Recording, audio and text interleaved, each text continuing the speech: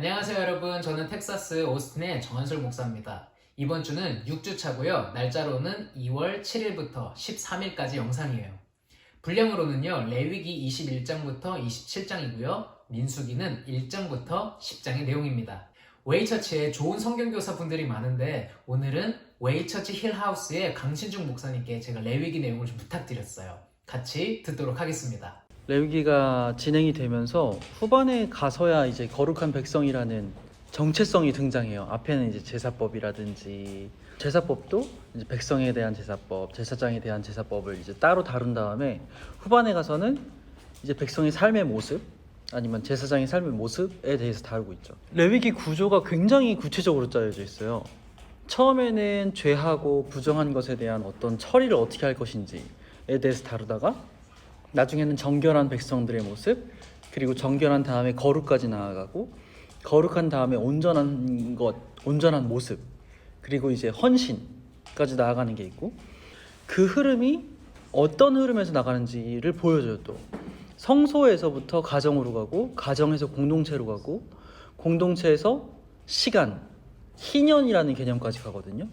그래서 21장부터는 이 후반부 이제 거룩한 정체성에 대해서 다루고 있죠. 한번 살펴보도록 할게요. 21장, 22장은 이제 제사장들의 거룩한 수준이 요구되거든요. 근데 일반 백성보다 더 높은 거룩이 요구돼요. 이제 이 거룩이라는 것은 하나님이랑 얼마나 가깝냐를 다뤄요. 그러면 제사장은 하나님이랑 더 가까운 사람으로서 더 거룩함이 요구되는 것이죠. 그리고 대제사장은 더 그래요. 심지어 대제사장은 부모 장례식도 못 갔어요. 자기도 모르는 중에 십체에 접촉하게 돼서 부정하게 되면 제사를 집례할 사람이 없어지는 거죠. 그러면 온 백성이 죄 가운데 살게 되는 거예요. 하나님이랑 가까운 사람은 그 영향력 때문에 엄청난 책임이 따랐죠. 그러면 교회된 우리는, 이미 거룩한 백성이 된 우리는 어떤 책임이 따르는지를 생각해 봐야 돼요. 우리는 교회로서 세상의 빛과 소금으로, 아니면 세상에 하나님의 거룩함을 드러내는 존재로 살아가죠. 그러면 레위기에서 보여주는 이 거룩함에 대한 책임이라는 것을 우리 또한 가지고 있는 거예요. 그래서 21장, 22장에 나오는 것은 크게 이제 제물의 거룩함, 제사장, 그리고 성소의 거룩함을 나타내는데, 이 세 가지가 다 예수 그리스도로 성취돼요. 히브리서 7장에 보면은 예수는 이러한 제사장으로 우리에게 적격이십니다. 그는 거룩하시고 순진하시고 순결하시고 죄인들과 구별되시고 하늘보다 높은 분이 되십니다 라고 고백하죠. 완전한 제사장이신 거예요, 예수 그리스도가.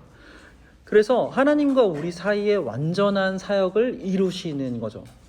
그래서 우리가 완전에 대한 것들을 생각할 때, 거룩함 아니면 하나님과의 가까운 기준을 생각할 때, 우리 나름대로의 최선이라든지 아니면 우리 공동체가 해왔던 것에 가장 좋았을 때, 그런 것이 기준이 될 수가 없어요. 예수 그리스도만 우리의 기준이 될 수가 있죠. 그리고 완전한 제물 되셨어요. 히브리서 9장 11에서 15절 보면, 그러나 그리스도께서는 이미 일어난 좋은 일을 주관하시는 대제사장으로서 오셔서 손으로 만들지 않은 장막, 다시 말하면 이 피조물에 속하지 않아요. 완전한 개념은 이 피조 세계에 속하지 않죠. 거룩도 마찬가지예요. 더 크고 더 완전한 장막을 통과하여 단 한 번에 지성소에 들어가셨습니다. 그는 염소나 송아지의 피로서가 아니라 자기의 피로서 우리에게 영원한 구원을 이루셨습니다. 이 다음에 쭉 제물 되신 예수 그리스도에 대한 설명이 나오죠. 예수님이 직접 제물이 되셔서 단번에 우리 죄를 속해 주신 거예요. 이거는 좀 진지하게 생각해 볼 필요가 있어요. 우리는 예수 그리스도가 우리의 구세주 되시고 화목제물 되셨다 이렇게 쉽게 말하지만, 여기 우리가 레위기를 보면서 알 수 있는 거는 예배자가 자신을 위한 제물을 가져가요. 자신의 죄를 위한. 이제 그것이 성소 문을 지나가죠. 그러면 우리는 예수 그리스도를 제물로 데리고 들어가는 거예요. 하나님한테 나가기 위해서. 그래서 어떻게 하나요? 제단 앞에서 제물을 누가 잡죠? 우리 레위기 봤으니까. 제물을 예배자가 잡아요. 그 제물을 데리고 온 사람이. 그럼 우리는 예수 그리스도의 십자가를 생각할 때 예수 그리스도께서 스스로 죽으셨지 내가 죽였나? 하지만 성경의 구조는 레위기의 제사법을 그대로 가져가서 예수 그리스도로 이루세요. 그게 하나님의 계획이었죠. 그러면 우리는 예수 그리스도를 우리를 위한 제물로 성소에 데리고 들어가서 내가 죽이는 거예요. 내 스스로. 내가 죽이고 닭을 뜨고 그래서 제단 위에 바치는 거죠. 제사장이. 근데 그 제사장도 예수 그리스도예요. 완벽한. 자기 자신을 제단 위에 바치고 하나님께 드리신 거죠. 이게 예수 그리스도가 제물 되셨다라는 의미인 거예요. 결코 가볍지 않아요. 그러면 성도는 우리는 뭐 어떻게 됐냐? 예수 그리스도의 사역으로 인해서 우리는 어떻게 됐냐를 봐야겠죠. 우리의 신분은 이제 왕 같은 제사장이 됐죠. 우리의 삶은 거룩한 산 제물이 됐어요. 그리고 몸은 거룩한 성전이 됐어요. 이렇게 예수 그리스도의 이 이루심, 성취 때문에 우리의 신분도 바뀌는 거예요. 그 예수 그리스도를 믿고 성령을 받은 사람들 자체가. 그럼 우리는 어떻게 온전케 될 것인가? 라고 했을 때 우선적으로 하나님께서 이루시는 것이고요. 말씀으로 우리는 그것을 누려가죠. 그리고 사랑으로 그것을 확인해요. 23장은 이제 절기에 대한 거잖아요. 여기에 보면은 안식일, 유월절, 무교절, 초실절, 칠칠절, 나팔절, 속죄일 뭐 이렇게 7가지 절기가 나와요. 절기를 그럼 왜 지켜야 되냐? 이건 하나님의 구원의 은혜하고 축복을 기념하는 날이에요. 그리고 정해진 시간과 장소에서 하나님을 만나죠. 이 거룩의 영역이 우리의 삶이나 개인이 아니라 시간의 영역까지 확대되는 거예요. 그러니까 이스라엘 백성의 모든 삶은 거룩의 영역 안으로 들어와야 된다라는 것을 요구하고 있는 거죠. 그리고 이 절기는 인간이 만든 게 아니라 하나님이 만들어주신 것이기 때문에 우리 임의로 뭐 수정하거나 바꾸거나 그럴 수 없어요. 우리가 예수님을 또 생각해 볼게요. 예수님은 6월절 어린 양의 피로 뭐 이런 찬양도 있잖아요. 그러면은 왜 6월절 어린 양의 피냐라고 했을 때 이 6월절의 절기에 맞게 예수 그리스도의 십자가가 이루어졌거든요. 6월절마다 양을 잡았어요. 그래서 그 양을 하나님께 바치고 나머지 양을 같이 축제, 파티를 했죠. 그러면 예수님이 이 6월절 어린 양이 되셨다는 건 뭐냐면은 우리를 대신해서 예수 그리스도가 제물로서 죽으셨다. 그게 십자가 사건이다. 라는 걸 말해주는 거예요. 예수님의 6월절 식사 생각나세요? 제자들하고 만찬? 예수님은 자신이 죽으시면 이제 6월절 식사를 못 하시니까 그걸 미리 하셨어요. 그리고 겟세마네 기도를 하시고 체포되시고 신문 받으시고 십자가에 처형되셨죠. 처형되시자마자 이제 십자가에 걸리신 걸 말하죠. 십자가에 걸리시고 바로 죽으시지 않으시고 좀 시간이 있었어요. 그러다가 예수님이 죽으실 때 그 시각이 6월절 어린 양을 잡을 시각이었어요. 그래서 우리가 복음서에서 확인할 수 있는 이런 시간대를 보면 예수님이 6월절에 어린 양으로 죽으셨고 6월절의 성취다라는 것을 분명하게 확인할 수 있죠. 그래서 오늘날 신약 시대를 살아가는 오늘날에도 이 6월절의 개념은 굉장히 중요해요. 24장에 보면은 이제 동태복수법이 나와요. 이제 뭐 여러 가지 법이 나오는데 그 중에 동태복수법은 눈에는 눈, 이에는 이라는 거예요. 내가 사람을 죽였으면 그걸 갚을 수 없으니까 내가 죽어야 되고, 뭐 소를 잡아 죽였으면 그거에 합당한 것을 줘야 되고, 막 이런 내용이죠. 그런데 예수 그리스도로 인해서 하나님과의 관계가 회복된 사람들은 동태복수법을 넘어서요. 구약의 이런 법들은 하나님이랑 관계가 회복될 사람들에게 최선의 것이었어요. 그런데 예수 그리스도로 하나님과의 관계가 회복된 사람들에게는 이제 이 최선의 것을 훨씬 넘어선 의를 추구할 수 있게 되는 거죠. 그게 이제 예수님께서 산상수훈에서 말씀하시는 바리새인보다 나은 의를 말하는 거죠.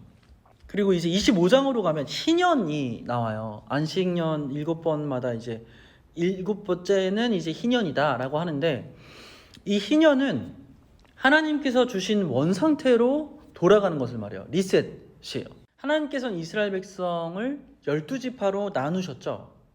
그리고 각 지파에게 직접 땅을 분배해 주셨어요. 그러면 이게 뭔 말이냐면 12지파에 속한 사람들은 땅을 대대손손 소유하는 거예요.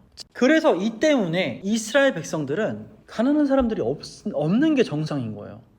근데 이스라엘 역사 속에서 선지서들을 보면은 너 왜 가난한 자들을 착취하니? 막 이런 식으로 얘기를 계속 하나님이 하시거든요.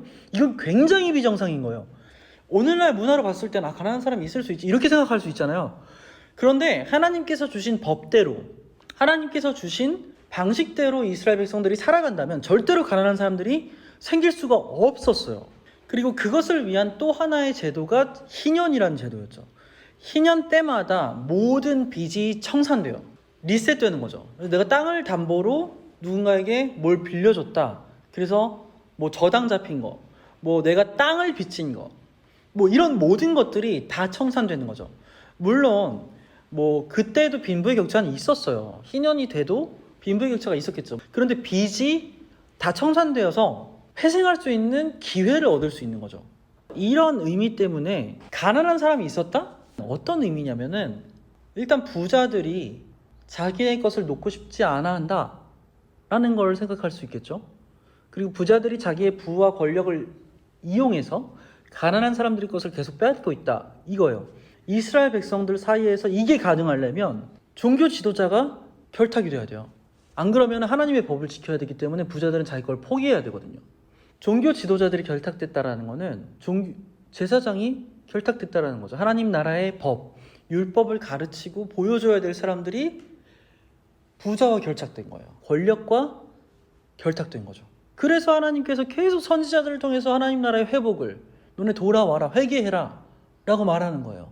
그러다가 안 돼서 예수 그리스도가 오셨을 때 누가복음에 보면 예수 그리스도가 사역을 시작하실 때 희년을 선포하세요.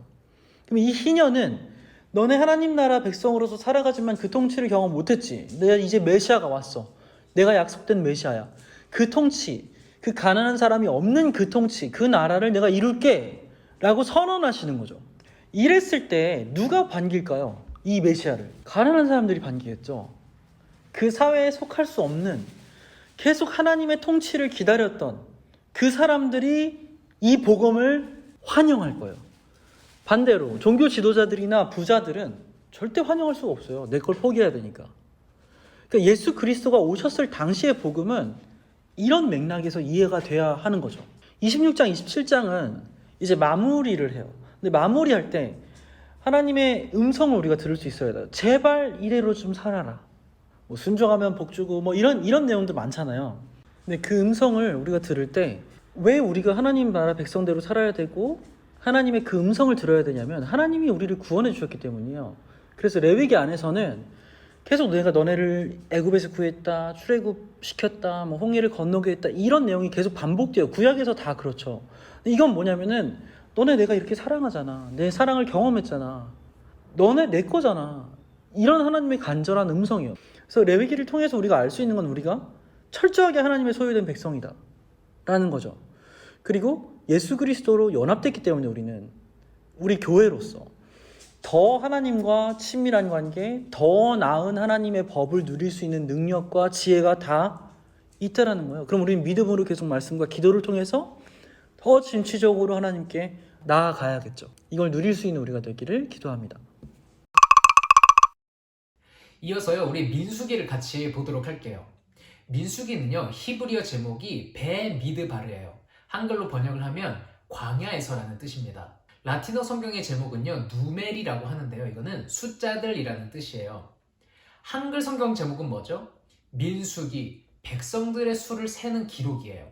이 성경의 제목의 뜻을 다 합쳐보면 무슨 내용일까? 우리가 유추해 볼 수 있을 것 같아요. 광야에서 백성들의 숫자를 세는 내용입니다. 그런데 왜 숫자를 세야 되죠? 민수기 초반부에 보면요, 싸움을 준비하기 위해서라고 이야기를 하고 있어요. 지도를 보면서 좀 더 얘기해 볼게요.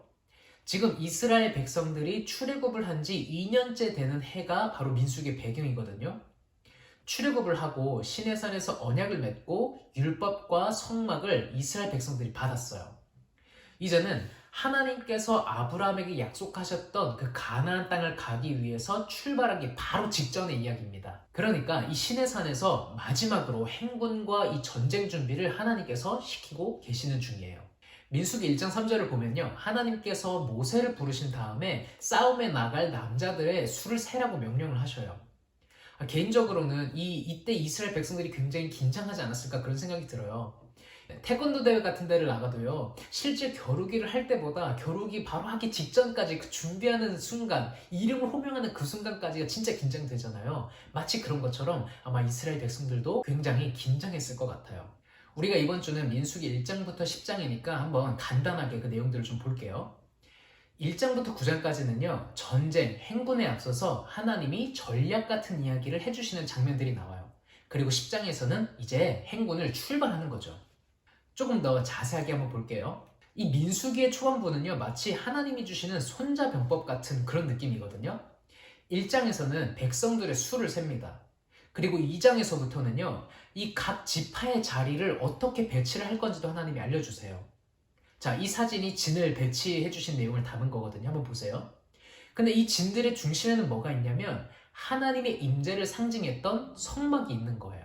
그러니까 이스라엘 백성들은 이스라엘 백성들 마음대로 행군하고 마음대로 전쟁을 치르는 게 아니라 하나님과 함께 행군하고 하나님과 함께 전쟁을 수행하는 겁니다. 이 2장부터 6장까지는요, 뭐 어떤 무기, 전략 이런 게 아니고요, 레위인이 해야 하는 일들, 그리고 이스라엘 백성들이 거룩함을 지키기 위해서 해야 하는 일들이 나와요. 이때 범죄에 대한 배상, 또 정결한 결혼 생활, 나실인에 대한 법 이런 것들을 알려주시죠. 6장 마지막을 보면 우리가 잘 아는 제사장의 축복 기도도 여기서 나옵니다. 7장부터 9장까지는요, 이제 진짜 짐을 싸고 출발하기 바로 직전이에요. 출발하기 바로 앞서서 뭘 하냐면요, 회막을 세우고 제사를 드리고 유월절을 지켜요. 그리고 이제 10장에서는 진짜 행군 나팔 소리가 들리는 거예요. 하나님께서요, 출애굽기를 시작해 이스라엘을 부르시는 몇 가지 호칭들이 있어요. 정체성이 있거든요. 이런 것들이에요. 제사장 나라, 거룩한 백성, 하나님의 군대, 이런 것들이 쭉쭉 나와요. 하나님이 부르시는 이 정체성들이요, 유기적으로 이스라엘의 전쟁, 그 다음에 이스라엘 삶에 영향을 주고 있는 걸 우리가 보게 됩니다.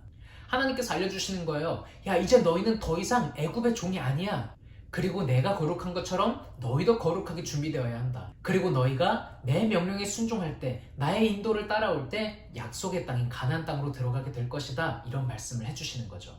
하나님의 관심은요, 이스라엘 백성들이 얼마나 강한가, 얼마나 전략적으로 전쟁을 잘할 수 있는가, 이런 게 아니에요. 하나님 말씀에 어떻게 순종하고 또 거룩함으로 준비되어 있는가, 이것을 보시는 거죠. 민수기를 읽으시면서요, 이스라엘 백성들이 겪고 있는 그 묘한 긴장감을 한번 보셨으면 좋겠어요. 하나님 말씀에서는요, 이스라엘 백성들뿐만 아니라 우리도 하나님의 군사들이라고 부르고 있어요. 거룩함으로 준비되는 하나님의 군사들 말입니다. 이스라엘 백성들이 약속의 땅에 들어가면서 반드시 했어야 되는 게 뭐냐면 하나님의 임재와 함께하며 하나님의 말씀에 순종하는 거였어요.